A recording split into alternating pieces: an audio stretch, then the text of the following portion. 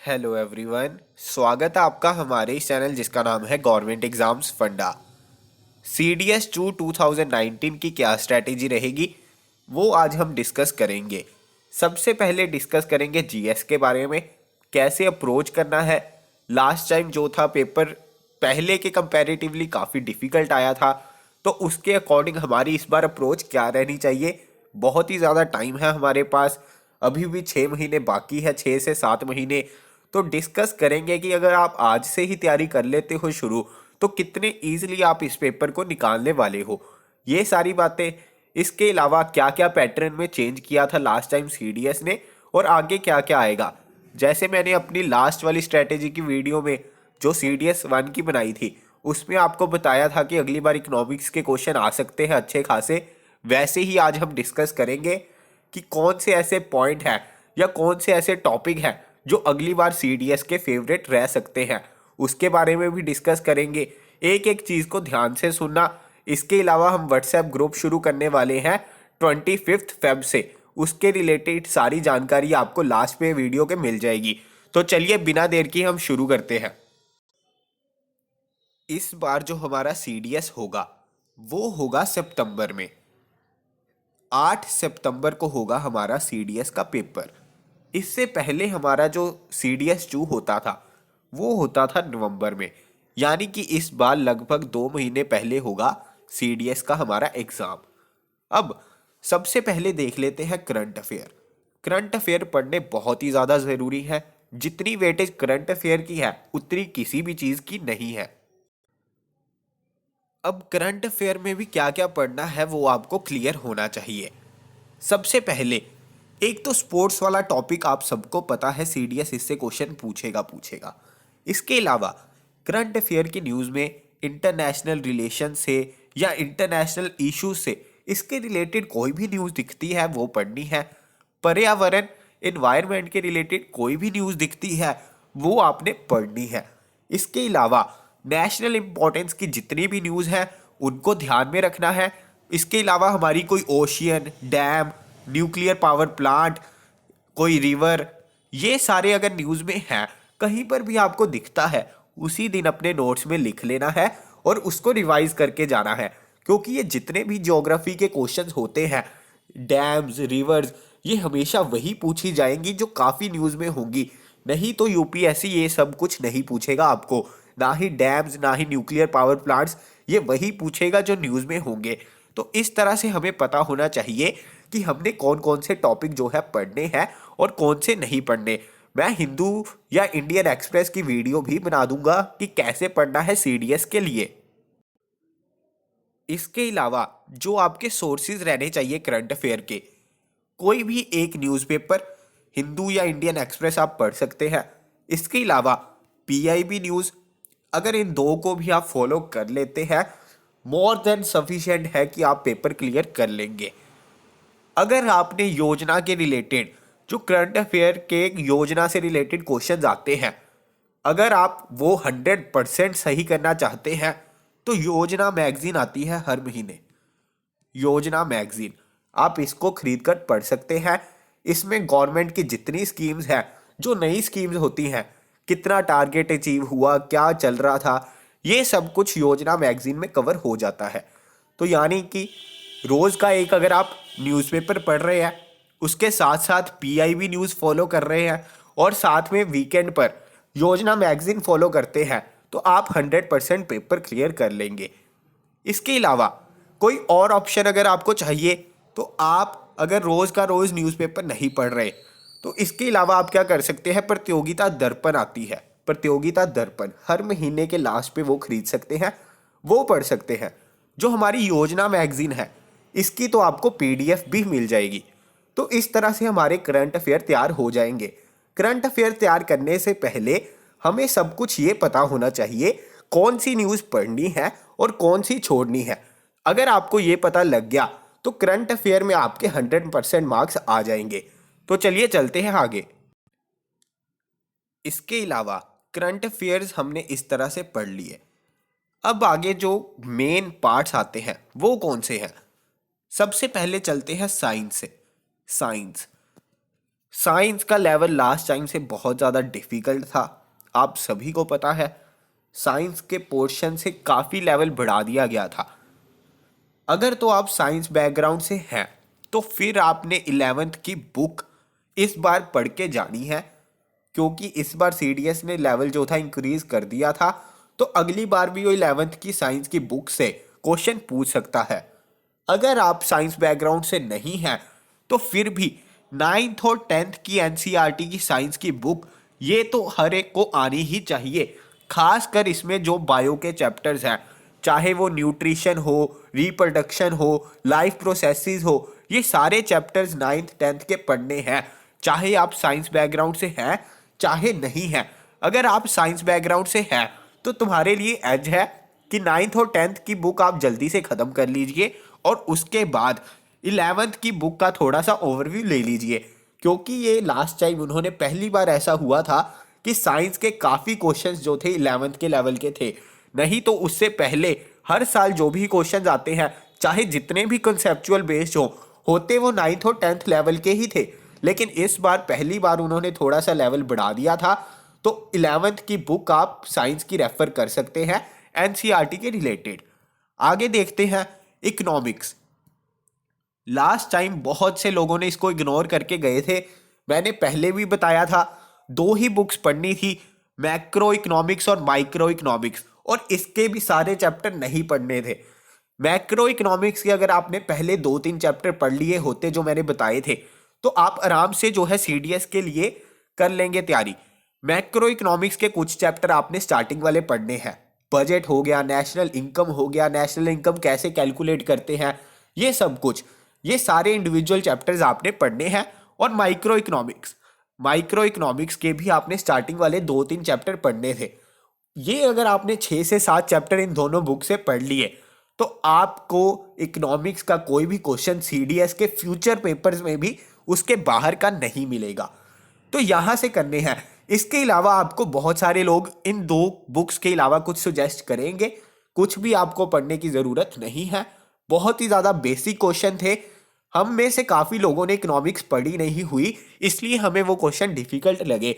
लेकिन जिन बच्चों ने भी इकोनॉमिक्स थोड़ी सी भी पढ़ी थी, उनको वो क्वेश्चन इतने मुश्किल नहीं लगे होंगे, क्योंकि वो बिल्कुल बेसिक क्वेश्चन थे। अगर आपने वो 5 से 6 चैप्टर पढ़े होते तो आपके लिए वो बिल्कुल बोनस होते। तो मैक्रो इकोनॉमिक्स और माइक्रो इकोनॉमिक्स टोटल 6 से 7 चैप्टर है जो पढ़ने वाले हैं उस बुक में। वो 6 से 7 चैप्टर आपने जल्दी से ख़त्म कर लेने हैं, उसको रिवाइज करना है। उसके बाहर से आपको क्वेश्चन नहीं दिखेंगे सीडीएस में। तो क्या, इसके अलावा ये जो एसएससी के एग्जाम्स होते हैं, बैंक के एग्जाम्स होते हैं, इनमें भी उससे बाहर आपको क्वेश्चंस नहीं दिखेंगे। सारे क्वेश्चंस वहीं से आते हैं। इसके अलावा जो चीज़ आपने याद रखनी है, मैक्रो और माइक्रो इकोनॉमिक्स, इन दो बुक्स के अलावा कोई बुक भी नहीं पढ़नी। काफ़ी लोग आपको कहेंगे पढ़ने को, सुजेस्ट करेंगे, लेकिन इसके अलावा कोई भी बुक पढ़ने की ज़रूरत नहीं है। आगे हम देख लेते हैं पॉलिटी के बारे में। पॉलिटी, साइंस, करंट अफेयर्स और पॉलिटी, यही 3 सेक्शन है जो लोगों को हमेशा से पेपर क्लियर करवाते आए हैं। पॉलिटी, जैसे कि मैंने आपको पहले भी बताया हुआ है कि पॉलिटी अगर सीडीएस के लेवल पे आपने क्लियर करनी है तो आपको 11th और 12th की एनसीईआरटी पढ़नी है बस। 11th और 12th की एनसीईआरटी अगर आपने पढ़ ली तो आप सीडीएस में 100% पॉलिटी में मार्क्स कर लेंगे। कोई भी एम लक्ष्मीकांत भी पढ़ने की ज़रूरत नहीं है। अगर आप एम लक्ष्मीकांत पढ़ते भी हैं तो होता क्या है कि मैं आपको इतना पढ़ने के लिए कह रहा हूँ, अगर आप एम लक्ष्मीकांत पढ़ेंगे, आप इतना पढ़ेंगे, जब आप इतना पढ़ेंगे तो आपको ये चीज़ें बहुत ज़्यादा आसान लगेंगी। लेकिन एम लक्ष्मीकांत बहुत ज़्यादा बड़ी बुक है। अगर उसको सिस्टमेटिकली भी पढ़ना है तो एटलीस्ट अगर आप एम लक्ष्मीकांत प्रेफर करते हैं तो जहाँ तक 80 आर्टिकल्स हमारे आते हैं वहाँ तक एम लक्ष्मीकांत पढ़ लीजिए। अगर आपने एम लक्ष्मीकांत से पढ़ना है 80 आर्टिकल्स तक अच्छी तरह पढ़ लीजिए। उसके अलावा 11th 12th बुक में से इंपॉर्टेंट चैप्टर्स देख लीजिए। 11th और 12th की एनसीईआरटी मैं पॉलिटी के लिए इसलिए कहता हूँ क्योंकि काफ़ी चीज़ें एनसीईआरटी के बुक में ऐसी हैं जो आपको एम लक्ष्मीकांत में भी नहीं मिलेंगी। सही स्ट्रैटेजी यही रहेगी, 11th 12th की एनसीईआरटी पॉलिटी की पढ़ लीजिए। इसके अलावा जो करंट अफेयर में न्यूज़ रहती हैं उसके रिलेटेड, चाहे वो कोई आर्टिकल है या कोई ट्राइब है या कोई और है, पंचायत के इलेक्शंस हुए थे रिसेंटली, तो उनके रिलेटेड आप पढ़ सकते हैं। अगर आप ये 3 चीज़ें भी कर लेते हैं तो पॉलिटी आपके लिए मुश्किल नहीं होती। फिर भी अगर आपने एम लक्ष्मीकांत पढ़नी है, ओवरव्यू लीजिए, बिल्कुल फास्ट फास्ट पढ़ लीजिए, क्योंकि 1500 पेजेस की बुक है। सिर्फ पॉलिटी पढ़ते रहेंगे तो बाकी सब्जेक्ट नहीं होंगे। जल्दी हमने ख़त्म करने हैं, थोड़ा स्मार्ट वर्क करना है। यही नहीं है कि एम लक्ष्मीकांत पढ़ते पढ़ते ही 3 महीने लगा दिए और उसके बाद उसको रिवाइज किया। हमने ओवरऑल देखना है, थोड़ा स्मार्ट वर्क करके चलना है। तो इस तरह से हमारा पॉलिटी जो है कवर हो जाएगा। इसके बाद हम देख लेते हैं ज्योग्राफी के बारे में। ज्योग्राफी, अब जो हमारा ज्योग्राफी है इसमें 10th और 11th ये चीज़ें पढ़नी दोनों ही बुक्स में जितना भी है मोस्ट इम्पॉर्टेंट है, मोस्ट इम्पॉर्टेंट। 10th और 11th की अगर आपने ज्योग्राफी पढ़ ली और जो प्लेसेस न्यूज़ में हैं उनके रिलेटेड आपने इंफॉर्मेशन देख ली, चाहे वो न्यूक्लियर पावर प्लांट है, डैम है, वाइल्ड लाइफ सेंचुरीज है, पार्क्स है, तो ज्योग्राफी में आपको स्कोर करने से कोई नहीं रोक सकता। ये 2 बुक्स पढ़नी है, अच्छी तरह से पढ़नी है। आप देखेंगे कि ये 2 बुक्स अगर आपने अच्छी तरह से पढ़ ली तो इसी में से आपको मोस्ट ऑफ द क्वेश्चन देखने को मिलेंगे। 10th और 11th की ज्योग्राफी, आपका टारगेट यही रहना चाहिए। 10th 11th की ज्योग्राफी प्लस करंट अफेयर में जो प्लेसेस न्यूज़ में है वो। तो इस तरह से हमारी ज्योग्राफी की अप्रोच रहेगी। बाकी बुक्स पढ़ने की ज्योग्राफी के रिलेटेड सीडीएस के लिए इतनी ज़रूरत नहीं है। आगे देखते हैं हिस्ट्री। हिस्ट्री में से आपने अच्छे मार्क्स लेने हैं। 12th की एनसीईआरटी मैंने लास्ट टाइम भी आपको बार बार कहा था, 12th की एनसीईआरटी हिस्ट्री की ये पढ़ लीजिए, अच्छी तरह से पढ़ लीजिए।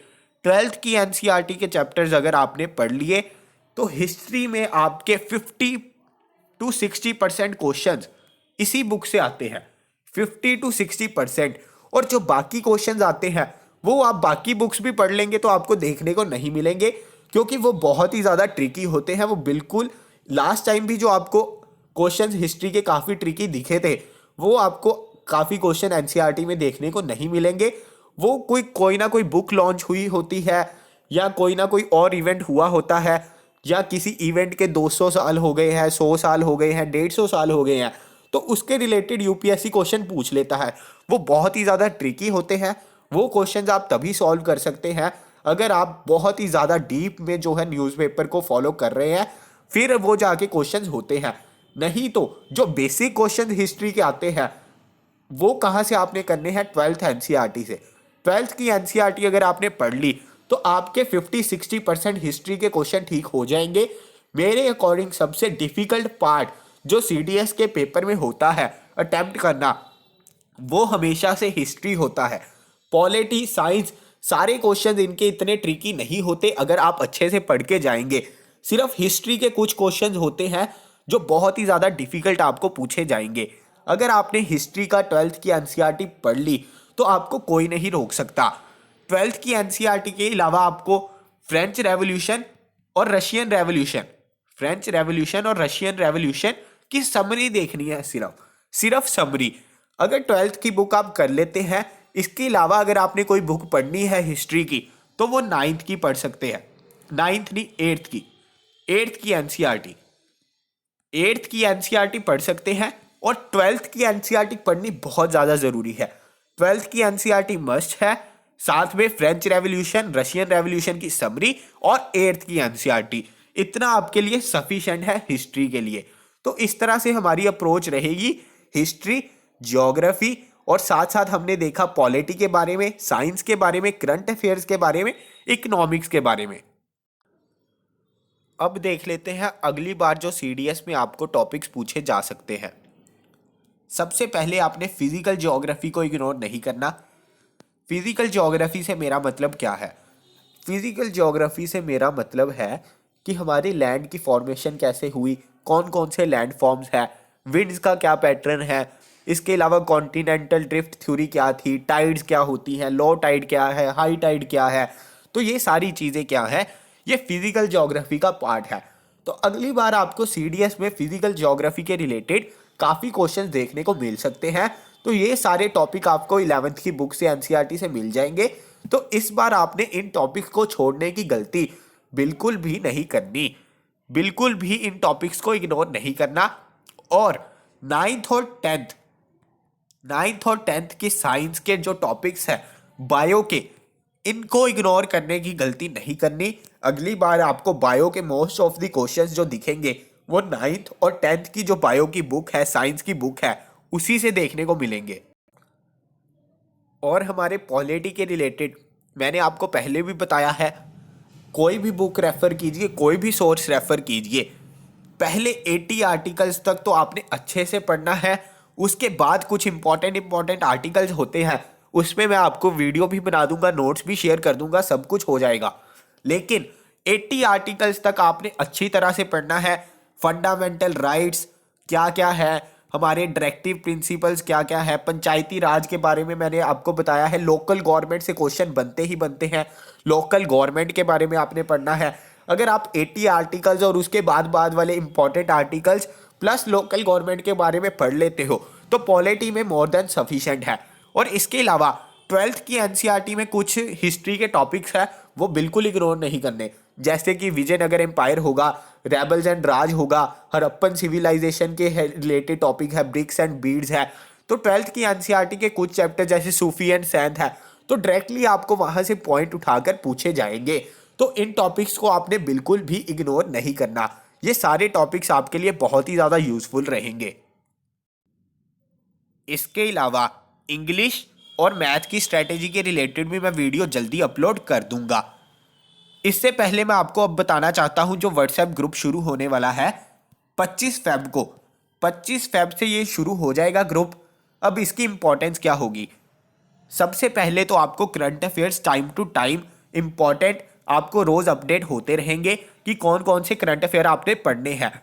प्लस आपको नोट्स बनाने की ज़रूरत नहीं पड़ेगी, क्योंकि जैसे ही आपके व्हाट्सएप ग्रुप में करंट अफेयर आ जाएंगे तो आपको जब भी रिवाइज करने होंगे तो वहां से खोल के आप रिवाइज कर लेंगे, क्योंकि वीडियोस में काफ़ी बार कुछ पॉइंट्स जो है मिसिंग रह जाते हैं। अगर आप डेली टू डेली मेरे साथ इस व्हाट्सएप ग्रुप पे जुड़ जाओगे तो आपके लिए क्या होगा, इंपॉर्टेंट अपडेट्स मिलती रहेंगी। इसके अलावा जैसे हमने लास्ट टाइम मॉक टेस्ट आपके लिए प्रोवाइड करवाए थे, इसके बाद हमारा कोई भी अगर मॉक टेस्ट आता है या कोई भी नोट्स आते हैं तो उसके लिए आपको पे नहीं करना होगा। ये सब कुछ तो आप कहेंगे कि आपको हर जगह मिल जाता है, लेकिन इसके अलावा आपको इंपॉर्टेंट चीज जो प्रोवाइड होगी वो होगी पर्सनल गाइडेंस। पर्सनल गाइडेंस आपको पेड वीडियोस, कोर्सेज, ये सब कुछ हर जगह मिल जाता है। लेकिन हमारा व्हाट्सएप ग्रुप ज्वाइन करोगे तो क्या होगा, अगर 7 महीने के बीच में आपको पढ़ने में कोई भी दिक्कत आ रही है, आपको नहीं पता चल रहा कि कैसे हमने कंटिन्यू करना है, कौन सा पोर्शन स्किप करना है, क्योंकि ये जो स्ट्रैटेजी बताई है ये ओवरऑल स्ट्रैटेजी बताई है। अगर आपको कहीं पर भी दिक्कत आती है, मैं ये चैप्टर छोड़ूं ना छोड़ूं, 7 महीने के बीच में प्रेपरेशन के दौरान कोई भी दिक्कत आएगी तो मेरा व्हाट्सएप नंबर आपके पास होगा, आप मेरे को मैसेज करके पूछ सकते हैं, आपको पर्सनल गाइडेंस दी जाएगी। इसके अलावा अगर आप लोग सीडीएस क्लियर कर लेते हो, आपको एसएसबी के बारे में भी कुछ भी जानना होगा, कोई भी टिप्स चाहिए होंगी, उसके लिए भी मैं आपके साथ रहूंगा, आपको एक एक चीज बताता चलूंगा। तो ये जो हमारे 7 महीने बचे हैं इसके रिलेटेड सिर्फ इसको व्हाट्सएप ग्रुप ज्वाइन करने की फीस है 700 रुपीज़। 7 महीने हैं, यानी कि एवरेज आपको सिर्फ 100 रुपीज़ देने होंगे per month. 700 one time fees है। अगर फ्यूचर में हमारा कोई भी और चीज़ आती है, आपसे कोई भी चार्जेस नहीं लिए जाएंगे, जो भी ये सीडीएस ग्रुप ज्वाइन करेंगे तो सिर्फ 700 रुपीज़ इसकी फीस होगी। जिसको भी ज्वाइन करना हो 8699247491 इस नंबर पर व्हाट्सएप कर लीजिए और व्हाट्सएप करके एनरोल करवा लीजिए। ये ग्रुप शुरू होगा 25 फेब से, 25 फेब से। इस नंबर पे आप लोग मैसेज करके एनरोल करवा लीजिए। इसके अलावा चैनल को सब्सक्राइब कर लीजिए, हमारी वीडियोस आती रहेंगी, जितनी भी वीडियोस आएंगी उसकी नोटिफिकेशन आप तक आ जाए। जो नोटिफिकेशन बेल है उस पर हिट कर दीजिएगा, क्योंकि सीडीएस के रिलेटेड वीडियोस भी हम जल्दी से जल्दी डालनी शुरू कर देंगे। Thank you so much.